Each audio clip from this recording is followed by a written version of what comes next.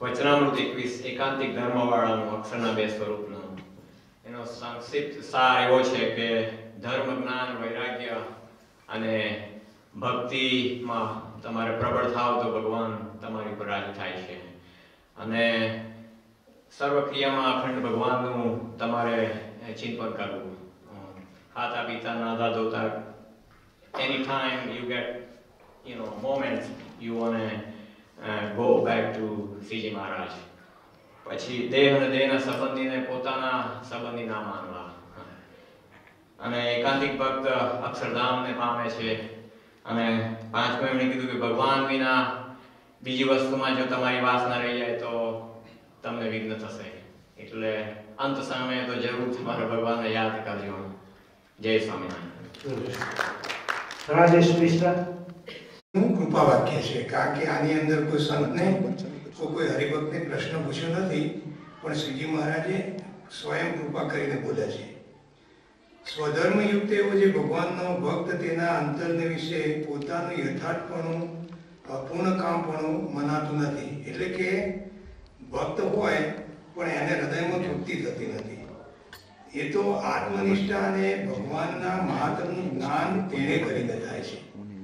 જો આત્મનિષ્ઠા ના હોય એટલે સ્વધર્મ એટલે ઇન્દ્રિયોના વિષયનું ન તણાવવું તે, અને આત્મનિષ્ઠા વિના દેહાભિમાન ટળે નહીં.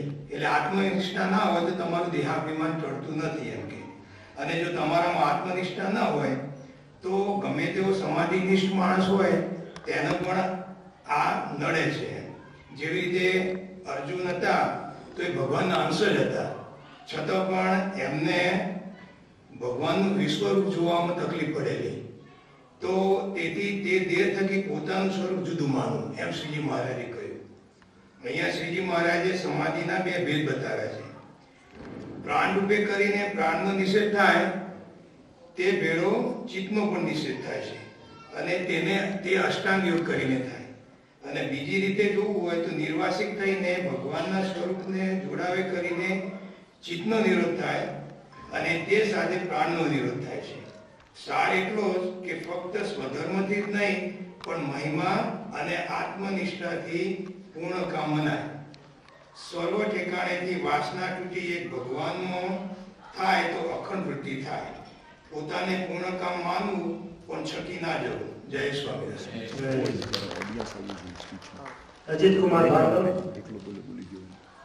અજીત કુમાર.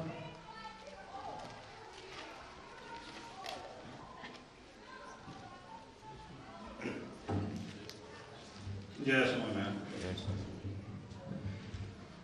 आज मैं वचनामृत की शताब्दी के शुभ अवसर पर वचनामृत के 28वें अध्याय में से श्री महाराज के वचन बताता हूँ। स्वामी जी कहते हैं कि जब किसी का बुरा समय शुरू होता है तो वो बुरे विचारों से गिर जाता है। वह अपने आप को सर्वश्रेष्ठ व दूसरों को छोटा, हीन व मूर्ख समझता है। वह इसके परिणाम स्वरूप दिन रात बेचैन रहता है, उसे नींद नहीं आती, वह गीली लकड़ी की तरह सुलगता है। ये पतन की निशानी है। व्यक्ति की धार्मिक प्रगति खत्म हो जाती है। इसके विपरीत जब अच्छा समय आता है तो विचार भी अच्छे आते हैं और वह सबको सर्वश्रेष्ठ समझकर इज्जत देता है। आठों पहर प्रसन्न रहता है और महान शिखर को छूता है। जय स्वामिनारायण।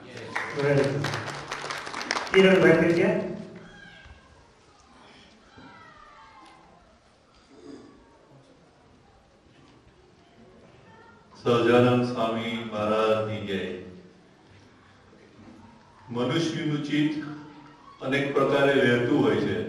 એ ચિત્તને ભક્તિમય રાખવું જોઈએ. કોઈ પણ પ્રકારનું હેત હોય મનુષ્યનું, એ ભગવાન સિવાયની જે પણ હેત હોય એ માયા છે. એ માયાને ભક્તિમય રાખવી જોઈએ. જય Swaminarayan.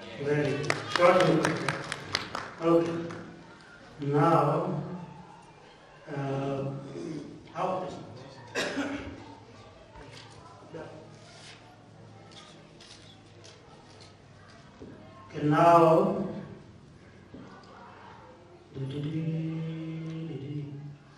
year 1876, on the 11th day of the bright half of the month, March structure. Sri Maharaj was seated in the Dara of Karma and Garba. He put all the white garments. Saint and devotees of various places had gathered before him in assembly. Then Sri Maharaj said, if activities of the organ senses are dedicated towards the service of Sri Krishna and his devotees, one's heart becomes pure, and sins attached to him from the times immoral are redeemed. But if these activities are directed towards fulfillment of the desire for a woman and other such objects, his heart becomes polluted and falls from the path of his ultimate good. Therefore, one should enjoy the said objects of the senses in the matter prescribed of the holy sculptures. You should never transcend the limits or prescribed of those sculptures. You should always be in the company of saints, avoid company of the wicked. Only when a person leaves the company of the wicked and seeks the company of the saints, his attachment for the body. In 1976, Sri Maharaj was sitting at the Darbar of Dada and devotees and disciples had traveled far and wide to attend and all were wearing white garments. Then Sriji Maharaj pleased to say that those with discrimination in the Holy Fellowship are constantly looking for faults within themselves and looking for virtues with the Lord and saints. Those with no sense of discrimination have a high sense of their own virtues and tend to look for faults within the saints and the Lords. And when their own faults are shown by the saints and the Lords, they do not listen to them and think of the saints and the Lord's faults, even though, and do not strive to correct those faults. And ultimately, every single day, they lose prestige, and at the end, they are left with almost no prestige. Hence, one should be free from the pride. Hence, one is free from the pride of being virtuous. So, one should be brave and have full trust in the God and the saints. By this, one's indiscrimination will varnish, and one will attain great eminence in the Holy Fellowship. Thank you. બોલો ભાઈ મૂકો કઈ કે મૂકી દો side માં ઓમ ગણાનાન્તવા ગણપતિક્વં હવામહે પ્રિયાણાન્તવા પ્રિયપતિક્વં હવામહે નિધિનાન્તવા નિધિપતિક્વં હવામહે વસો મમ આહમજાનિ કર્વદમ ત્વમજાસि કર્વદમ ઓમ श्री सिद्धि बुद्धि सहिताय श्रीमन्महागणाधिपतये नमः ध्याये ध्यानं समर्पयामि वचनापद पावी लो भाई वचनापद નું પૂજન કરો शरणीय दर्शनम मंदाचरशिरान नाम पूजन पूजितं सुरनरोत्तमे मुदा धर्मनन्दनमं विचिन्तये श्री स्वामिनारायणाय नमो नमः श्री हरिकृष्णाय नमो नमः श्री प्रकट पुरुषोत्तमाय नमो नमः स्वामिनारायण हरे संवत 1879 श्रावण सुधी अष्टमी ने दिवस स्वामी श्री सहजानंदजी महाराज श्री गजलाबदीए दादा खाचरना दरबार में घोड़ीए चढ़ीने श्री लक्ष्मीवाड़ीए पधार्या था थोड़ा बताय तो भैया અને બધા સંભળાય છે મને ખેંચાય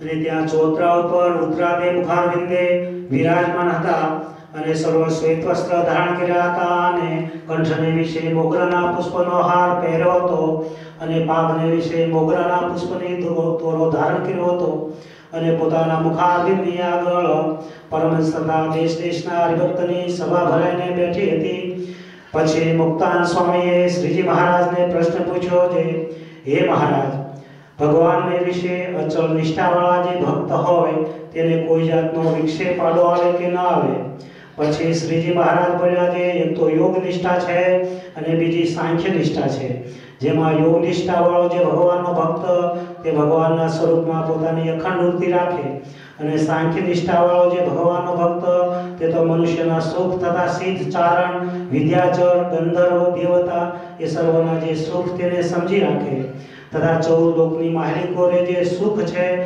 તે સર્વનું પરિમાણ કરી રાખે છે આ સુખ તો આટલું છે અને આ સુખ તો કે દુઃખ જ રહેવું છે તેનું પણ પરિમાણ કરી રાખે.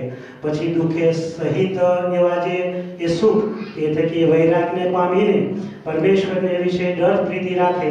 એવી રીતે સાંખ્ય નિષ્ઠાવાળાને તો સમજણનું બળ હોય અને યોગ્ય નિષ્ઠાવાળાને તો ભગવાનના સ્વરૂપમાં અખંડ વૃત્તિ રાખવી તેનું જ બળ હોય. પણ કોઈક વિષમ દેશકાળાદિ કે યોગ્ય કરીને કોઈક વિક્ષેપ આવે તો ભગવાનના સ્વરૂપમાં વૃત્તિ રહેતી હોય તો કંઈક બીજે પણ ચોંટી જાય. કેમ જે યોગ નિષ્ઠાવાળાને તો સમજણનું બળ થોડું હોય અને કાંઈક વિઘ્ન થઈ જાય તો ખરું. તો સાંખ્ય નિષ્ઠા અને યોગ નિષ્ઠા બે જો એકને વિશે હોય તો પછી કોઈ વાંધો જ ન આવે. અને એવો જે ભગવાનનો ભક્ત હોય તેને તો ભગવાનની મૂર્તિ વિના બીજા કોઈ પદાર્થમાં લોભાય જ નહીં. અને એમ સમજે છે ભગવાનનું જે અક્ષરધામ છે તે ધામને વિશે રહેવી જે ભગવાનની મૂર્તિ તે ધામને વિશે રહેવા જે ભગવાનના ભક્ત તે વિના જે લોક છે તે લોકને વિશે રહેવા જે દેવ છે એ દેવને જે વૈભવ છે તે સર્વે નાશવંત છે એમ જાણીને એક ભગવાનને વિશેષ ડર પ્રીતિ રાખે છે. એવા જે ભક્ત તો કોઈ જાત એવા ભક્તને તો કોઈ જાતનો વિક્ષેપ આવતો નથી. ઇતિ વચનામૃતમ ગરડા મધ્ય પ્રકરણનો 24મો વચનામૃતમ જે તે થયું. Today we are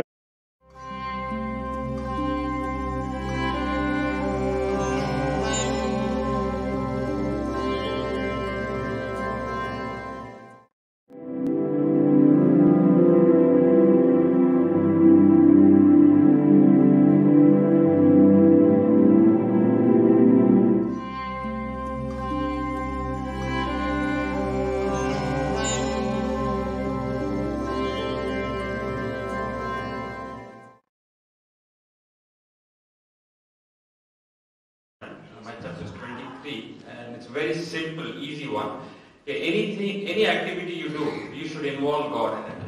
So the example he gives is आपके पास एक jug of water है and you have 3-4 pots. So in first pot you put one jug of water, the second day you put second, third day third. So you will never be able to fill any of the pots because the water in first pot might get dry, the second pot it might get dry. But if you have small stream of water in one pot, so eventually it will fill up. So anything that you do, any activity you do, please involve God in it. Our mind is very restless. I can do this, I can do this. So we go all over the places. But anything you drink, you eat, you sleep, you walk, you drive, the first thing you do is take the name of Lord. Thank you, Bhagavan, for giving me this dress. Thank you for giving me this job. Thank you for giving me this family. So by doing this, not only you are reaching a steady state of mind, but you are also incorporating this into your kids. They see what the parents are doing, and they will also follow this, and they will differentiate between what is right and wrong. So we don't eat meat, we don't drink. So the kids who have this peer pressure, they will also see that if somebody offers them, they know that, okay, my parents don't do this, so they will also not do this. So just simple this thing that any activity you do, please have God as the center of this and He will take care of everything. Yes, sir. Chandrakantbhai Patel.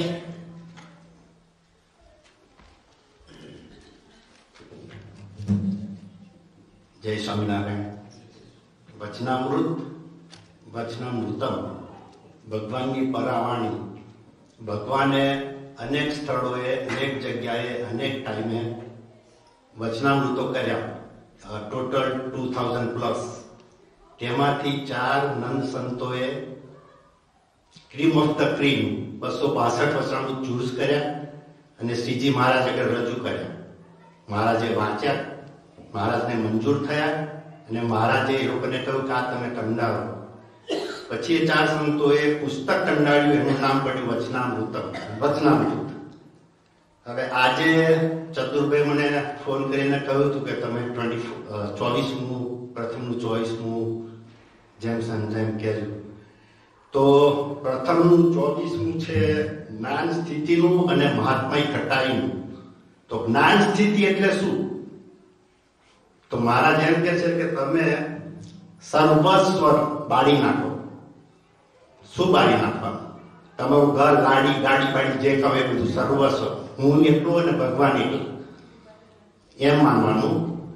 અને જો એ સ્થિતિ થાય ક્યારે થાય તો કે અખંડ વૃત્તિ, પ્રથમનું પહેલું છે એનું હાલતા ચાલતા ખાતા પીતા શ્રીજી મહારાજનું ધ્યાન કરવાનું, એમ કરતા કરતા કરતા એ સ્થિતિએ પહોંચી જવાય ને જ્યારે એવું જ્ઞાન થાય એને એમ કહેવાય કે એને જ્ઞાન થયું. એટલે એક જ્ઞાનની સ્થિતિ, એની સાથે મહાત્મ્ય છે ભક્તિ, બીજું એમાં આવે છે. તો તે વખતે શ્રીજી મહારાજ વખતે આ એક ઘટના બનેલી કે મહારાજ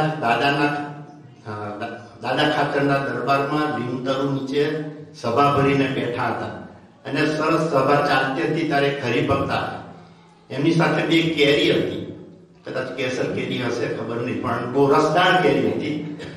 તો મહારાજે ના ચરણમાં એમણે કેરીઓ મૂકી તો બધા હરિભક્તોને એમ થતું હશે કે કદાચ અમને આપે તો સારું, બધાની ઈચ્છા હોય છે મહારાજ પ્રસાદી આપે તો સારું, રાઈટ? પણ મહારાજ સામું જોઈને થોડી વાર પછી એમણે નજર ફેરવી અને એક નાના બાળકને કહ્યું. બાળક પણ હતું, દાદા ખાચરનો દીકરો બાવો ખાચર, 5 વર્ષની ઉંમર હશે.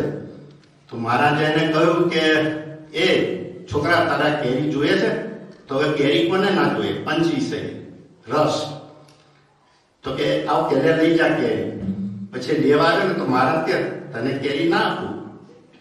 તો કે કેમ? તો કે તારા ગળામાં જે સોનાનો હાર છે ને એ મને આપતો, હું તને કેરી આપી દઉં. તો પેલો બાળકને તો કેરી જોઈતી હતી અને એનું મહાત્મય હતું નહીં, એટલે એને તો ગળામાંથી સોનાનો હાર કાઢીને મહારાજને આપી દીધો. પછી મહારાજ હસ્યા અને સભા સામે કહે કે બાળક અજ્ઞાની છે. આપણે મહારાજ મળ્યા છે પણ આપણે પંચીસમાં ભરાઈ ગયા છે. Indirectly we are on the same boat. એટલે એ છોકરાને અજ્ઞાની છે, એને ખબર નથી કે આ હાર આપ્યું ને 2 કેરી લીધી, એની જગ્યાએ તો એને 10-15 ગાડા કેરી મળે, કારણ કે એનું મહાત્મ્ય નથી. તો આપણે એ મહાત્મ્ય રાખવું જોઈએ કે મને આવા મોટા મહારાજ મળ્યા છે, તો આપણે પંચીસમાં કેમ ભટકાઈ જઈએ છીએ? રસ, રૂપ, રસ, ગંધ, સ્પર્શ જે કાંઈ છે એ. અને છેલ્લે મહારાજે એમ પણ કહ્યું આત્મા કે જો આ સભામાં કોઈ સ્વભાવે સારો ના હોય તો એ સભામાં આવીને પડ્યો હોય તો આપણે ત્યાં જે અખ્તર ડાયા હોય ને તેની ઠેકડી કરે. તો એમ નહીં કરવું જોઈએ, કારણ કે એમ માનવાનું કે આ જેવો છે તેવો, પણ એનું ગત જન્મનું કે આ જન્મનું પુણ્યનો ઉદય થયો છે તો જ આ સભામાં આવીને બેસી શકે. જેમ આજે આપણે બધા મંદિરમાં બેઠા છીએ એમ નહીં માનવાનું કે અમે ઓર્ડિનરી છીએ, ઘણા બધા ફિનિક્સમાં ફસે, આટલા જ કેમ? તો એ મહારાજની કૃપા થાય તો જ થાય. એટલે એનો ગુણ લેવાનો અને જેવો છે તેવો, પણ એ પુણ્ય એટલે એનું કલ્યાણ થવાનું જ છે, કારણ કે આ સત્સંગમાં એને પડ્યો છે. બસ આ 2-3 એનો સાર છે. તો આ 24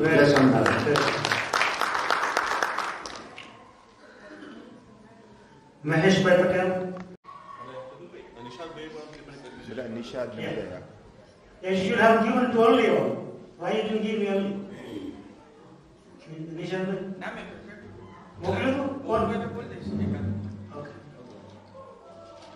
સહજાનંદ સ્વામિનારાયણ મહારાજની જય.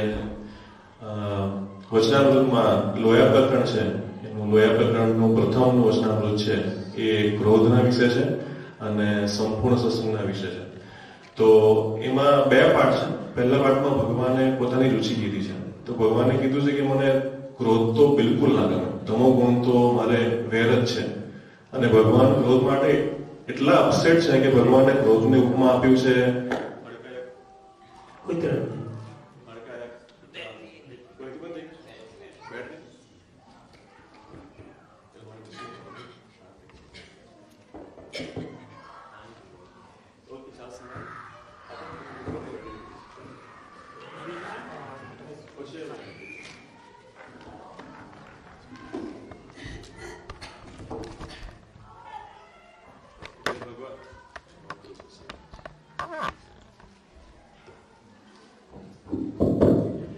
એટલે ભગવાને ક્રોધને ભડકાયા કૂતરાની ઉપમા આપી છે. ભડકાયા કૂતરાની લાળ કેવી હોય કે કોઈ મનુષ્યને કે પ્રાણીને અડકે ને તો પણ એ મરી જાય. ક્રોધ પણ એવો જ છે. ક્રોધ કોઈને થાય કે કોઈને અડકે ને તો એ 100% ભક્તિ, ભક્ત અને સત્સંગના માર્ગમાંથી પડી જાય છે. એટલે ભગવાને કીધું છે ક્રોધથી તો દૂર જ રહેવું એમ. એ તો કસાઈ, સર, દીપડો, વાઘ, ચિત્તા જેવો છે કે લોકો એને દેખીને પણ બીને અને એ મારી પણ નાખે લોકોને. એટલે ભગવાને કીધું છે ક્રોધથી બીનતા રહેવું. અને પછી સંતે પ્રશ્ન પૂછ્યો કે ભગવાન ક્યારેક થોડો ગુસ્સો આવી જાય છે તો એમાં શું કર્યું, ચાલી જાય ને? તો ભગવાને કીધું એ પણ ના ચાલે, કે સભા ભરાઈને બેઠી હોય અને સભામાં જો સર્પ આવે, ભલે કોઈને કળે નહીં, પણ સર્પ આવ્યો છે એનાથી બધા આકડું થઈને આમ તેમ ભાગે. એવો નાનો ક્રોધ આવે ને તો પણ એવું જ કરે. એટલે ક્રોધ તો બિલકુલ ના કરવો જોઈએ. આ ભગવાને મેં રુચિ કીધી. અને પછી થોડાક પ્રશ્નોત્તરી છે એમાં. તો નાના નિર્માનંદ સ્વામીએ પ્રશ્ન પૂછ્યો કે વાસનાને મૂળમાંથી ઉખાડી નાખવાના ઉપાય કયા છે? તો ભગવાને કીધું દ્રઢ વ્રત, પંચવ્રતમાં. અને ભગવાનનો અતિશય મહિમા હોય તો વાસના મનમાંથી ઉખડી જાય છે. એમાં ચંદ્રકાંતભાઈ સરસ એક્ઝામ્પલ આપ્યું ભગવાનના મહિમાનું, કે એમને કીધું કે જેને ગોલ્ડની ચેનનો મહિમા હોય કેરીની સામે, એવી રીતે જેને બીજા બધા કરતા જો ભગવાનનો મહિમા હોય તેમાં કેટલો પાવર છે. તો જો આપણે ભગવાનનો મહિમા હોય તો વાસના દૂર થાય છે. પછી ભજરાનંદ સ્વામીએ પ્રશ્ન પૂછ્યો કે જ્ઞાનના સ્વરૂપ કયા કયા છે? તો આમાં આપણે જોવાનું છે કે આપણે ક્યાં છે. તો પહેલું કીધું કનિષ્ઠ. કનિષ્ઠ કોણ? કનિષ્ઠ ભગવાનના જ્ઞાનનું સ્વરૂપ કેવું છે? તો આપણને ભગવાનનો પ્રતાપ જાણીને, કે એમના ચમત્કાર જોઈને ભગવાનનો મહિમા થાય કે ભગવાન આટલા તેજસ્વી હતા, એમના હવાઓ કર્યા છે, પ્રકરણો અને પ્રતાપ બતાવ્યા છે, એ મહિમા થાય. પણ જ્યારે કોઈ દુષ્ટ મનુષ્ય હોય અને એ જ્યારે કોઈ સારી વ્યક્તિનું અહિત કરે અને તો પણ એનું સારું થવું જોઈએ ને, તો આપણને ભગવાનના વિશે શંકા કુશંકા થાય કે ભાઈ ભગવાન કેમ કશું કરતા નથી, આમાં તો માણસ ખરાબ છે. તો જે શંકા કુશંકા કરવી ને, એ કનિષ્ઠ ભક્તનું કે કનિષ્ઠ ભગવાનના જ્ઞાનનું સ્વરૂપ છે. જે મધ્યમ જ્ઞાનનું સ્વરૂપ છે કેવું છે? તો એમાં કેવું છે કે ભગવાનના શુભ અશુભ મનુષ્ય ચરિત્ર જોઈને એનું મન લગી જાય કે આ ખરેખર ભગવાન છે. તો એ મધ્યમ જ્ઞાનવાળો છે. અને જે ઉત્તમ જ્ઞાનવાળો છે એનું સ્વરૂપ કેવું છે કે એને ભગવાનના મનુષ્ય ચરિત્ર દેખીને પણ શંકા ના થાય, અને એના જે ગુરુ હોય એ ગુરુ પણ એને કહે કે ભાઈ એ તો ભગવાન નથી ને, તો પણ એ સમજે કે એનું માથું ભરી ગયું છે, એ તો ભગવાન જ છે, એટલી દ્રઢ નિશ્ચય થઈ ગયો હોય. પછી એના પછી પ્રશ્ન પૂછ્યો છે મોટા શિવાનંદ સ્વામીએ કે ભગવાનનો નિશ્ચય તો સંપૂર્ણ હોય તો પણ અંતરમાં ક્રોધાર્થ એટલે શાંતિ થતી નથી, એનું કારણ શું છે? તો ભગવાને કીધું કે માન, ઈર્ષ્યા, અહમ, ક્રોધ, કપટ એ બધા જે ગુણો છે ને, એ અંતકરણમાં જો દાજી ગયા હોય ને, એટલે અંતકરણમાં ભરાઈ ગયા હોય ને, તો અંતરમાં શાંતિ ના થાય. તો એની માટે પછી પૂછ્યું કે એનું નિવડ શું છે? તો કીધું કે આપણા જે ઇન્દ્રિયો અને અંતકરણ છે એના દરવાજા પર આપણે જો દંડો લઈને ઉભા રહીએ અને કોઈ પણ ખરાબ વસ્તુ કે પંચ વિષયના અવતાર રોકીએ તો પછી આપણને મનમાં પણ શાંતિ થાય.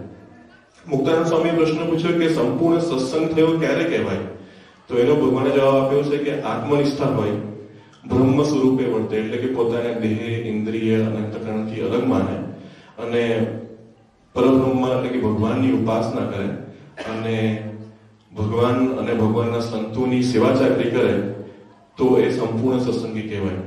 અને પછી છેલ્લા બે પ્રશ્ન છે. નાના શિવાનંદ સ્વામીએ પ્રશ્ન પૂછ્યો કે ભગવાનનો ભક્તનો ક્યારેક ઘણો મહિમા આવે છે અને ક્યારેક મહિમા નથી હોતો, એનું કારણ શું છે? તો એનો ભગવાને કીધું કે દેહાભિમાન એનું કારણ છે, કે જ્યારે કોઈ સંત કે કોઈ હરિભક્ત આપણું ગમતું બોલે કે આપણા ગમતામાં વાત કરે ત્યાં સુધી આપણે માટે એનો મહિમા હોય છે, પણ જ્યારે આપણામાં રહેલા ગુણોને દેખીને એ ગુણો પર જ્યારે એ પ્રહાર કરે અને આપણને દેખીને જો આકુરતા થાય કે આપણને દેહાભિમાનના કારણે ગુસ્સો આવે અને એનો અવગુણ લઈએ, તો એના કારણે પછી મહિમા પડી જાય છે હરિભક્તનો ને દેહનો. અને જ્યારે સંતનો કે હરિભક્તનો અવગુણ લઈએ તો એનાથી તો મોટું કોઈ પાપ નથી. ભગવાને કીધું છે તો માથા કપાય જેવી દશા છે, કે બાકી કોઈ પંચવર્તમાન છે એમાંથી પડી જઈએ ને તો કોઈ અંગ કપાય, એટલે આપણે સત્સંગમાં રહીએ. પણ જો દેહાભિમાનના કારણે આપણે સત્સંગીનો કે હરિભક્તનો કે સંતનો કે ભક્તનો અવગુણ લીધો હોય તો માથું કપાઈ ગયું, એટલે આપણે સત્સંગમાંથી ગયા જ સમજો. અને પછી સંતોએ પૂછ્યું કે ભગવાન એવી દશામાં કોઈ ઉપાય છે જેના કારણે આપણે સંતનો કે હરિભક્તનો અવગુણ ના લઈએ? તો ભગવાને કીધું એક ઉપાય છે પણ અતિ કઠણ છે, કે મનમાં અંતકરણમાં ઘણો પસ્તાવો થાય કે મારામાં અવગુણ કેમ આવ્યો, અને પછી આપણે એકદમ દિન ભાવે થઈને એ જે સંત કે હરિભક્તનો અવગુણ લીધો છે એને આપણે પ્રસન્ન કરવા માટે પૂરો પ્રયત્ન કરીએ, તો પછી એ ક્યારે જઈને વાસના ટળે છે કે પછી અવગુણ ટળે છે. જય સ્વામિનારાયણ. Andrew Scott.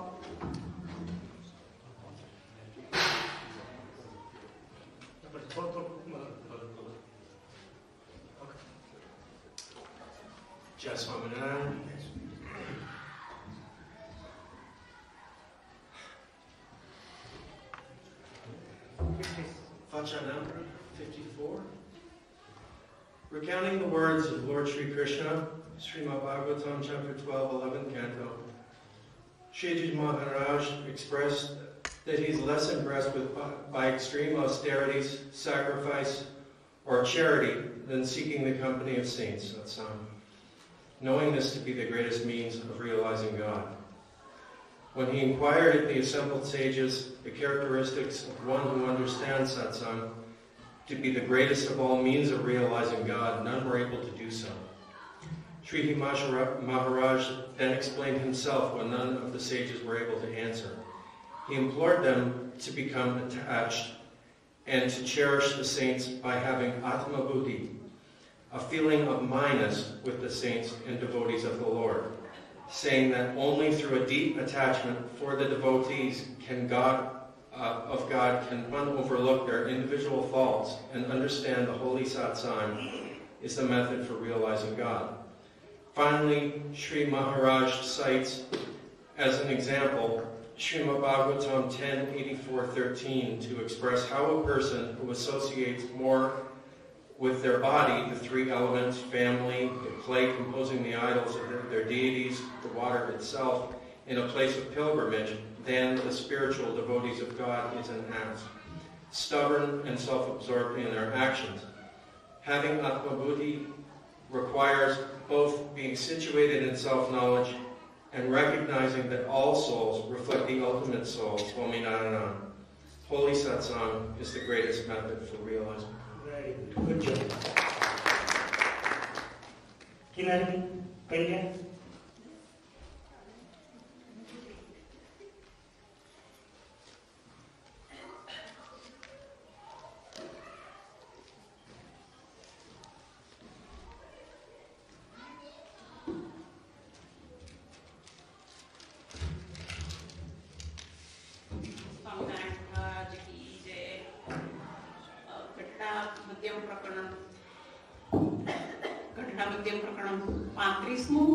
આત્મકલ્યાણના 4 વાના આની અંદર ભગવાન પોતાના આત્માનું કલ્યાણ કરવા માટે ખૂબ સુંદર અને સરળ ઉપાયો બતાવ્યા છે, જેમાં 4 ઉપાયો છે. મેં ઘણા બધા આત્મકલ્યાણ માટેના પુસ્તકો વાંચેલા છે, એમાંથી સૌથી સરળમાં સરળ રીત આ વચનામૃતમાંથી મળેલી છે મને. અને એ 4 જે વાના બતાવ્યા છે તેમાં ભગવાન કહે છે કે આત્મકલ્યાણનો માર્ગ તમને વિચાર પણ માત્ર આવે તો તમે કેટલા બધા જન્મોના પુણ્ય કર્મો કર્યા હશે તો જ તમને તમારા આત્માના કલ્યાણ માટેનો વિચાર આવશે. એ સિવાય તમે એ વિચાર મેળવી પણ નહીં શકો. ભગવાન આમાં 4 વાનામાં પહેલી વાત એવી કરે છે કે તમે ભગવાનની મૂર્તિના દર્શન જે કરો તે મૂર્તિ અહીં આપણે આવ્યા અને આ મૂર્તિના દર્શન કર્યા અને ઘરે ગયા પછી એ મૂર્તિના દર્શન આપણામાંથી અલોપ ન થઈ જવા જોઈએ. એ દર્શન સતત આપણા મનની અંદર મૂર્તિ વસેલી રહે તો એ આપણા આત્મકલ્યાણના સાધનમાં પહેલું એ સાધન આપણને ફળીભૂત થાય. બીજી વાત કરે છે કે ભગવાનના નામ સ્મરણ કીર્તન સતત કરવું અને કરાવવું, બીજાની પાસે કરાવવું, આપણે પોતે પણ કરવું, બધાને આપણા સંઘમાં જોડવા અને ભક્તિ માર્ગે બધાને પ્રેરવા. ત્રીજી વાત કરે છે કે ધ્યાન અને ધારણા કરવી. ધ્યાનની અંદર ભગવાનની સતત મૂર્તિ તમારા મનમાં વસ્યા કરે એ રીતે તમારે ધ્યાન કરવું. અને ચોથી વાત ખૂબ સુંદર અને સરળ કરેલી છે, જે વાત મને બહુ સ્પર્શી ગઈ છે કે તમે આ 3 વસ્તુઓ કરતા હો પણ ચોથી વસ્તુ જો તમે ચૂકી ગયા તો તમે અધવચ્ચે તમારા માર્ગમાં રજળી જશો.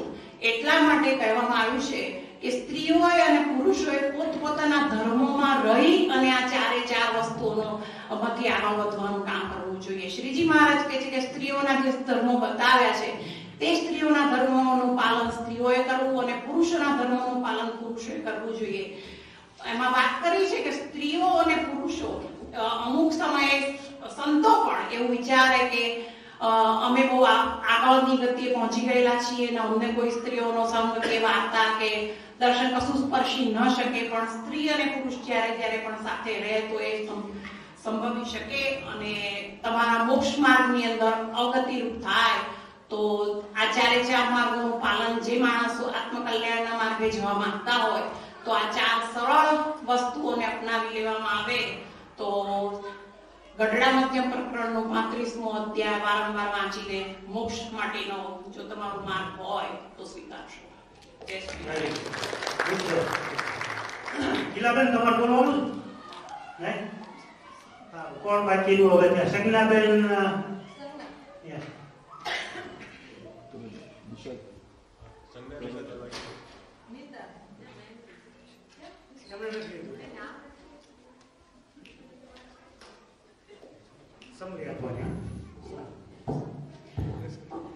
સ્વામિનારાયણ હરે, સ્વામિનારાયણ હરે. સૌથી પહેલા તો આજે વચનામૃત દ્વિશતાબ્દી મહોત્સવ નિમિત્તે વચનામૃત નામના ગ્રંથને બહુ જ પાઈ લાગુ અને સર્વે હરિભક્તોને બહુ જ પાઈ લાગુ સાથે જય સ્વામિનારાયણ. મારું વચનામૃત છે ગરડા અંત્યનું 39મું, વિશલ્યકરણી ઔષધિનું. બહુ જ સરસ અને સુંદર વચનામૃત છે. એમાં બધો જ સાર આવી જાય છે. તો ભગવાને શું કીધું એમાં? તો સૌથી પહેલા તો સ્વામિનારાયણ હરે, સ્વામિનારાયણ હરે. હું વચનામૃતની બહુ જ સરસ વાત કરી રહી છું. તો સૌથી પહેલા દેહમાં હું બુદ્ધિ અને જગતમાં મારાપણાની બુદ્ધિ. આ મારું છે, આ મારું છે, એ જ માયા છે. એ માયાને ટાળી અને ભગવાનમાં પ્રીતિ કરવી, આપણો દેહ, આપણો આત્મા ભગવાનમાં જોડવો, એ જ બધા શાસ્ત્રોનો સિદ્ધાંત છે. ગીતા, ભાગવત, કોઈ બી ગ્રંથ લઈ લો તમે, એ સિદ્ધાંત. બસ માયા ટાળીને આપણા આત્માને ભગવાન સાથે એકાકાર કરી આપણી બધી વૃત્તિઓને ભગવાનમાં જોડી આપણા આત્માને ભગવાન સાથે લઈ જવાનો છે. અને એ માયાને ટાળવા માટે બે વસ્તુ જોઈએ. તો કઈ કઈ વસ્તુ જોઈએ? પહેલી તો આત્મનિષ્ઠા જોઈએ. આત્મનિષ્ઠા એટલે શું? તો હું બ્રહ્મ છું, હું દેહ નથી, હું બ્રહ્મ છું, હું આત્મા છું. તો એ પહેલું જોઈએ. તો આખો દિવસ સતત એનું રટણ કર્યા જ કરો. બસ હું આત્મા છું, આત્મા છું. ધીરે ધીરે તમારે એક એવું સ્ટેજ આવશે કે ઓટોમેટિક તમને એવું ફીલ થવા લાગશે કે તમે આત્મા છો. એકલા તમે ઉપર જશો કે ભગવાન દેખાવા લાગશે તમને ઓટોમેટિક. અને બીજું શું કીધું? મહાત્મ્ય નિષ્ઠા, ભગવાનની મહાત્મ્ય નિષ્ઠાને આપણે દ્રઢ કરવી. તો એના માટે શું કરવું? તો એના માટે ભગવાન એકદમ સરળ ઉપાય આપ્યો આપણને, જે આપણને સારંગપુરના 3જા વચનામૃતમાં આપણને કીધું છે. શ્રવણ, મનન અને નિધિધ્યાસ. જે બધું ચતુરંકલ આપણને કહેતા હોય સાંભળવું, એનું મનન કરવું, ઘરે જઈને આપણે રિપીટેશન કરવું. અને એને આપણે એવું લાગે કે આગને આપણે પાડવા જેવી છે, ઓનિયન ગાર્લિક નથી ખાવા, સવારે વહેલા ઉઠવું છે, તો એને કહેવાય નિધિધ્યાસ. આપણે પ્રેક્ટિકલમાં કર્યું. તો એટલું આપણે ધીરે ધીરે કરશું, એક સ્ટેપ, બીજું સ્ટેપ, તો એને કહેવાય. અને એને જોરદાર વેગ લગાવી દેવાનો, એમ આક્રમક રીતે વેગ લગાવી દેવાનો, એવું આ વચનામૃતમાં કીધું છે. અને આપણે બધા જાણીએ છીએ કે આપણે કેટલા અનંત જન્મ લીધા છે, અગણિત જન્મ લીધા છે. કેટલા જન્મ? તો આ જીવ જે આપણો છે, આપણું આત્મા છે, આખા સમુદ્રનું પાણી એટલું માતાનું દૂધ થયું છે. એક એટલા આપણે પતિ, પત્ની, બાળક, એટલા બધા રૂપે આપણે અવતાર લીધા છે. એટલા બધા જન્મ લીધા છે. હવે આપણે આ જન્મમાં આવું નથી. શું કામ? આપણા આત્માને એકાકાર કરવો છે, પરમાત્મામાં આપણી બધી વૃત્તિઓને જોડી દેવી છે. અને છેલ્લો પોઈન્ટ એવું કીધું કે છેલ્લું સાક્ષાત્કાર, એટલે આપણું આત્મા અને પરમાત્માની બધી સ્વરૂપની વૃત્તિઓ એક થાય એટલે સાક્ષાત્કાર થાય. આપણે શ્રવણ કર્યું, જે બી આપણે અહીંયા આપણે મંદિરમાં જે કીધું છે, શ્રવણ કર્યું, એનો ઘરે આપણે મનન કરીએ, ચિંતન કરીએ, અને એને આપણને જે લાગે કે આ વસ્તુ મારે લેવા જેવી છે, આ મને અનુકૂળ છે, અને આપણે પ્રેક્ટિકલમાં આપણે એ કરીએ. અને પછી એવું કરતા કરતા જોરદાર વેગ લગાડીએ તો એક સાક્ષાત્કાર થાય. આપણું જે આત્મા છે એ ભગવાન સાથે જોડાઈ જાય. અને પછી એને કોઈ જ માયાનું બંધન રહેતું નથી. બસ. અને પછી જ એકદમ સુખ્યો થઈને મહારાજના અક્ષરધામમાં જાય છે. જય સ્વામિનારાયણ. હવે આ છોકરાઓને રજા કરો ને, એટલે આવે નિષાદ છે, આપણે ગર્ભ છોકરાઓ લાવો, નિષાદ કરો. અને જેને કોઈ બોલવાનું કરવાનું આવો પ્રોગ્રામ હોય તેને પહેલેથી લખાવી દેવું જોઈએ, જેથી આપણે ટાઈમ ખબર પડે. હું નતો નથી. જય સ્વામિનારાયણ.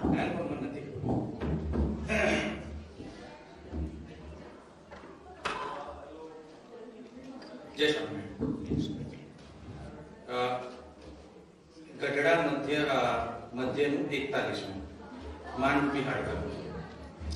પર્સનલી મારું બહુ ફેવરેટ વચનામૃત છે. બહુ જ નાનું અને બહુ જ ઊંડું વચનામૃત છે. અને લગભગ બધાને આપણને ક્યાંક ને ક્યાંક લાગુ પડતું જ હોય છે. સરસ આને થોડુંક ડિવાઈડ કરી આનો બધાય લગભગ 30-40 વતનામૃત સાંભળી લીધા છે એટલે હવે થોડું બ્રેન ફ્રીઝ થઈ ગયું છે. આને બહુ સરળ કરીએ ને તો ચાર અલગ અલગ મતલબ આમાં 4 ટુકડા કરીએ તો સૌથી પહેલું તો આમાં ભગવાનનું કૃપા વાક્ય છે. એટલે ભગવાને કૃપા વાક્ય કીધું, પછી ભગવાને એનો દાખલો આપ્યો. ઓકે, એના પછી ભગવાને એક નાની પંક્તિ કીધી જેમાં એમણે પાછો એનો થોડો નિચોડ કર્યો અને છેલ્લે એને કન્ક્લુડ કર્યું. તો કૃપા વાક્યમાં ભગવાને એવું કીધું કે આપણને જો ભગવાનના ભક્ત અને ભગવાનની સેવા કરવાનો અવસર મળે ને તો આપણે બહુ નસીબવાળા કહેવાય એમ. અને એમાં પછી કોઈ માન ને વચ્ચે નહીં નાખવાનું, કારણ કે આપણા મનુષ્યનો સ્વભાવ હોય કે કોઈ બી આપણને ધારો કે સહેજ આપણું પોષણ કરે ને આપણું વખાણ કરે એટલે આપણને બહુ મજા આવે. એ મજાને છે એ આધ્યાત્મના માર્ગમાં, સેવાના માર્ગમાં એ વખાણ કે માનને વચ્ચે નહીં ઘુસાડવાનું. તમે ગમે તે લેવલ ઉપર હોય, નીચા લેવલ ઉપર હોય, ઉપર લેવલ ઉપર જાઓ, બહુ અનુભવી હોય સત્સંગમાં, ગમે તે હોય, એટલે ભગવાનને નથી ગમતું. તમે ઘણા લગભગ વચનામૃતમાં ક્યાંક ને ક્યાંક જુઓ તો આ બધી વાતો બહુ રિપીટ થાય છે. માન, આત્મનિષ્ઠા, આ બધી વાતો બહુ જ રિપીટ થાય છે. એટલે ભગવાનને નથી ગમતું. એટલે ભગવાનનો દાખલો બી બહુ નીચલી કક્ષાનો આપ્યો. ભગવાને દાખલો શું આપ્યો? ભગવાને દાખલો આપ્યો શ્વાનનો, કૂતરાનો. કે કૂતરું હોય ને એને એ શું કરે કે હાડકું એને મળે ને એટલે લઈને એકાંતમાં જઈને બેસી જાય અને એવું એમ કરડે જાય અને બચકા ભરાઈ જાય. એટલે બચકા ભરેલા શું થાય એને અંદર વાગે અને એમાંથી લોહી નીકળે. લોહી નીકળે ને એટલે પાછું ચાટે એટલે એને મજા આવે. એને હકીકતે ખબર છે કે લોહી મારું જ છે. એટલે એ પોતાનું જ માન પોતે પોષે છે, એને પોષે છે, એના માનને પોષે છે. ઓકે, એટલે એને બહુ મજા આવે. સત્સંગમાં એવું થાય આપણને કોઈ ધારો કે આપણું છે તમે બહુ સેવા ભાવ છે, આપણને ઉમળો આવે. આપણે એકાદશી કરી હોય અને ધારો કે કોઈ એમ કે તમે જબરા તમે બહુ તમે તપસ્વી છો, એટલે આપણને એમ થાય કે આ મારા જેવી એકાદશી કોઈ ના કરે. આ છે ને આપણું પોષણ કરે. એટલે ભગવાને દાખલો આપ્યો. પછી ભગવાને સરસ પંક્તિ કીધી. પંક્તિમાં એવું છે કે કનક તજ્યો કામિની તજ્યો ધાતુ કો સંગ તુલસી લઘુ ભોજન કરી જીવે માન કે રંગ. સોનું તજી શકો, ઘરવાળા ધર્મપત્નીને તમે તજી શકો, તમે તમારી સંપત્તિએ તજી શકો, પણ માન છે ને એનો ત્યાગ કરવો બહુ જ કઠણ છે. એક નાનું ગામ હતું. ગામના બધા ઘણા બધા ગામ હતા. એક રાજા હતો. એક ગામમાં છે ને એક સાધુ બાર ભાગોળે આવીને તપ કરતા હતા. એટલે રાજા ત્યાં ગયા છે. એટલે રાજાએ કીધું કે હા તપસ્વી, તમે તો બહુ બહુ યોગી, તમે તો બહુ તપસ્વી છો, તમે તો ભોજન બી કેટલા ટાઈમથી તમે ગ્રહણ. અરે બચ્ચા ભોજન કી કિસકો જરૂરત છે એમ કીધું. એટલે રાજાને મજા આવી ને પેલા તપસ્વીને બી આમ અંદર ગયા. પેલા તપસ્વીએ ત્યાંથી ભોજનનો લગભગ ત્યાગ કરેલો કે નામ લીંબુ જેટલું ખાય. એટલે કેમ કે એને પોષણ મળે, એના માનને પોષણ મળે. બધા બી દર્શન કરવા જાય, રાજા બી એને દર અઠવાડિયે દર્શન કરવા જાય કે આ બહુ તપસ્વી સાધુ છે. હવે એમનું શરીર હાવ ઉકાઈ ગયું, પણ માન રૂપી પોષણ મળતું હતું એટલે મજા આવતી હતી. એમનો દેહ હજી ટકેલો હતો. હવે થયું એવું કે બીજા કોઈ મોટા તપસ્વી આવ્યા એટલે રાજાએ વળી ત્યાં જઈને એમનું એ કરી દીધું ચાલુ ભક્તિ. એટલે પેલાને ખબર પડી આ વાતની કે આ તો રાજાએ તો હવે બીજા કોઈક સાધુ ત્યાં જવા માટે અને એનો દેહ પડી ગયો. એટલે ખાવાથી ટક્યો નતો દેહ, પણ માનથી ટક્યો હતો. અને છેલ્લે ભગવાને કન્ક્લુડ કર્યું અને ભગવાને એવું કીધું કે જેવો જીવને માનમાંથી સ્વાદ આવે છે તેવો તો કોઈ પદાર્થમાંથી નથી આવતો. માટે માનને તજીને ભગવાનને ભજે તેને તો દરેક સર્વે હરિભક્તમાં સૌથી અતિશય મોટો જાણો. એટલે બહુ સરસ વચનામૃત છે અને સર્વે આપણે જીવનમાં ઉતારવા જેવું છે. જય સ્વામિનારાયણ. કૃષ્ણ આરતી આવી જાઓ ભાઈ. કૃષ્ણ આરતી કમાવાનું પ્રોમિસ. રાધિકા નથી આવી ને કે નથી આવવાની ને કોલ છે. She had to give on, but she said if she can, she will come. Okay, now Krishna and Radhika first. Aarti, sorry.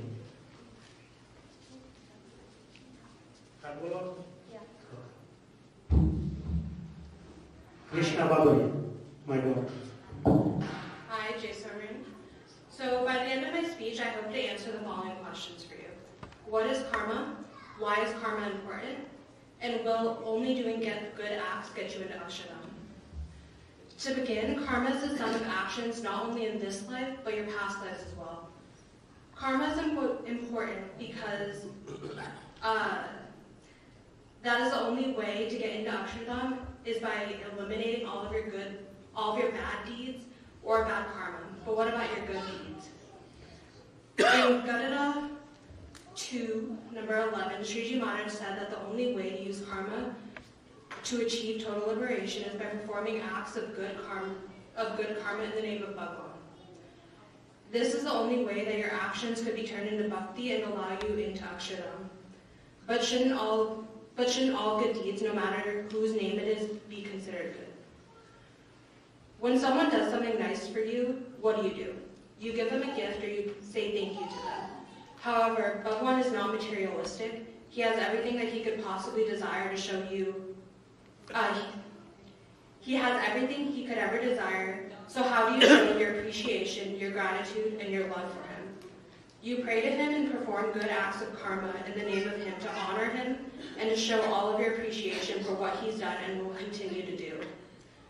Has anyone ever watched a movie or heard a speech that is dedicated to someone else?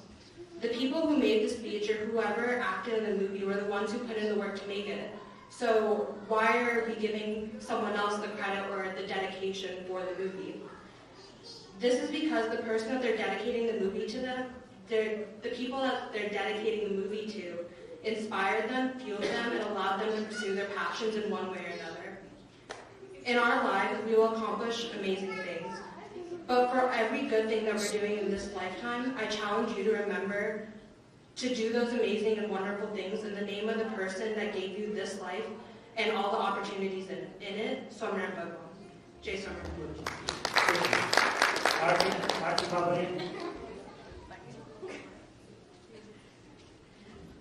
Hi guys, so I'll keep this short and sweet. So what I wanted to talk about was not necessarily the chapter in the Vachanamrut per se. Just in general, I think it's important to be a good person, and a lot of being a good person for me comes from volunteering and serving those that are less fortunate than us. So something that I want to do with the kids, for whoever's interested, is volunteer and kind of bake and provide food for the homeless. So if anyone's interested, please reach out to me. Thank you. Now, Mira. Mira Dominic.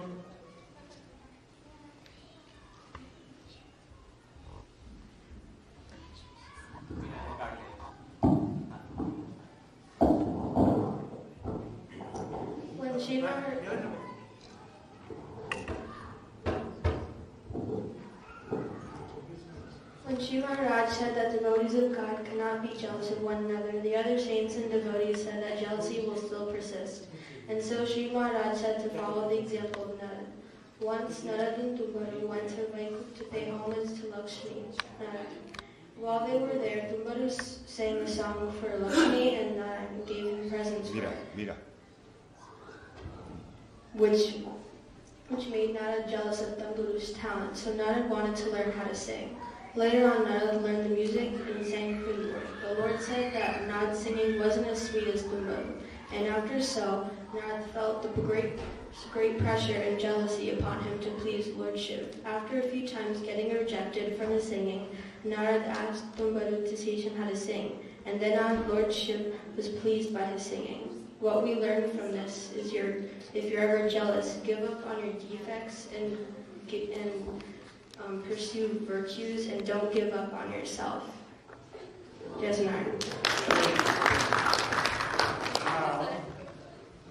Disha, Bhoti, she came or not? She's not. Khushi Patel.